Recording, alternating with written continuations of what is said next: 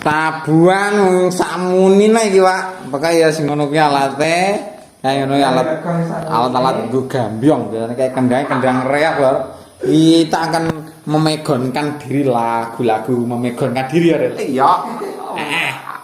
Memegonkan diri. Memegonkan diri.